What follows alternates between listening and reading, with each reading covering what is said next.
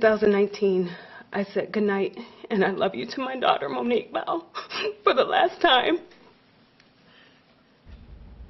An emotional statement from the mother of Monique Bowe as two of her killers are sentenced to life in prison.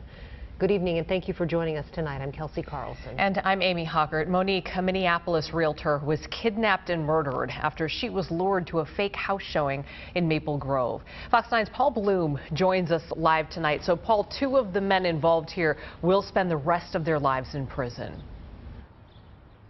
Amy, those two men, Cedric Berry and Barry Davis, part of a much larger, frightening and murderous conspiracy that really rocked Minneapolis some 20 months ago when they kidnapped and killed local realtor Monique Bowe. Now, all this time later, in that emotion-filled and tension-filled courtroom, you could tell the loss of Monique continues to weigh heavy on her family.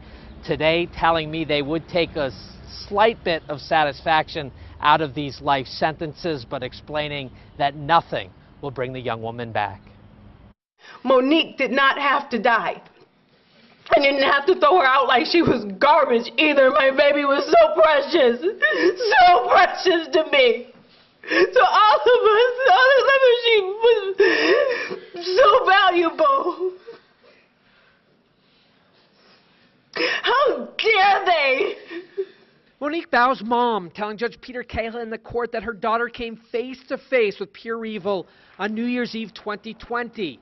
Monique's two babies left without a mother, a truly awesome, beautiful mom who had a giant heart and electric smile, according to Wanda Williams Bowe during her agonizing victim impact statement. The Hennepin County jury convicted the two defendants, Barry Davis and Cedric Berry, on a handful of charges, including first-degree premeditated murder and the horrific slaying of the real estate agent, which apparently was part of a larger conspiracy to get at her boyfriend and the father of Monique's children over some kind of dispute connected to the music industry. According to evidence presented at trial, Monique Bowe was lured to a bogus home showing, kidnapped in the back of a U-Haul truck, tortured, and then executed. Her body tossed out into a North Minneapolis back alley. Both men maintaining their innocence, even as Judge Cahill handed down sentences of life in prison without the possibility of release. And I also would just like to say sorry. Something that I thought I would never say. Yet here I sit, a condemned man sitting in the same seat as Derek Chauvin, a man who killed someone in front of the world, and I'm about to receive life without parole for a few fingerprints, and they said they said were mine on some tape and some cell phones.